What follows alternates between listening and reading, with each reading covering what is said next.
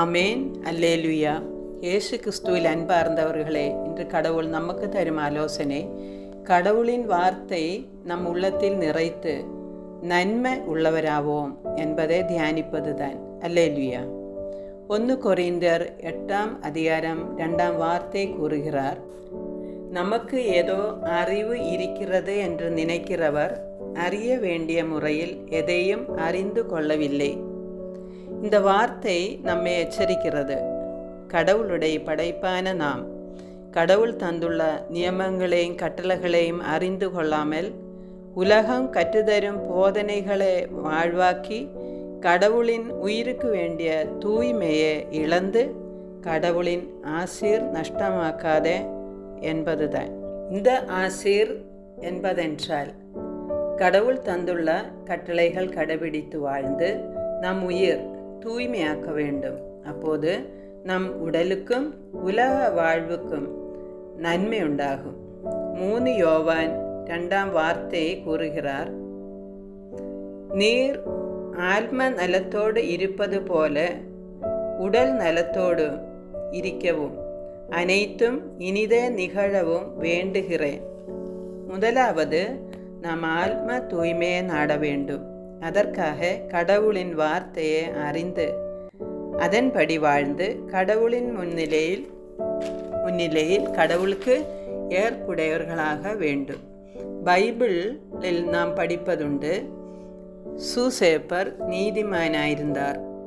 எலிசபெத்தும் சக்கரியாயும் நீதிமான்களாய் வாழ்ந்து வந்தார். லூக்கா 1ஆம் அதிகாரம் 6ஆம் வசனம் எனும் சொல்கிறார், இவ்விருவரும் ஆண்டவருடைய பார்வையில் நேர்மையாளர்களாய் விளங்கினார்கள். ஆண்டவருடைய அனைத்து கட்டளைகளுக்கும் ஒழுங்குமுறைகளுக்கும் ஏற்ப குற்றமற்றவர்களாய் நடந்து வந்தார்கள்.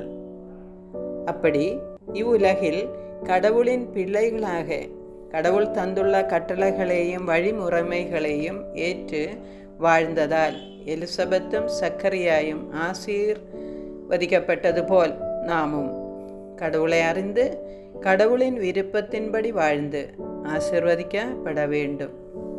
அதற்காகவே இயேசு கற்றுத்தந்த போதனைகளை படிக்க வேண்டும்.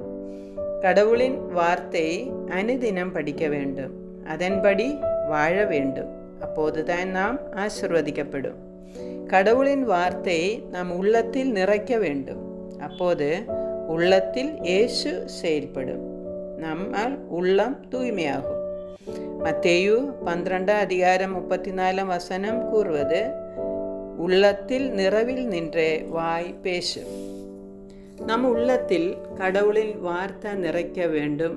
நம்மில் நன்மை நிறையும். நல்லது பேச முடியும். நம் வார்த்தையால் நாம் குற்றமற்றவன் எண்ணப்பட வேண்டும். மனிதர் பேசும் பயனற்ற சொல் ஒவ்வொன்றுக்கும் தீர்ப்பு நாளில் கடவுள் கணக்கு கேட்கும். மத்தேயு 12ஆம் அதிகாரம் 37ஆம் வசனம் கூறுகிறார், உங்கள் வார்த்தையை கொண்டே நீங்கள் குற்றமற்றவர்களாக கருதப்படுவீர்கள். உங்கள் வார்த்தைகளை கொண்டே குற்றவாளிகளாகவும் கருதப்படுவீர்கள். ஆதலால் கடவுளின் வார்த்தையை படிப்போம். அதன்படி வாழ்ந்து நீதிமான்களாவோம்.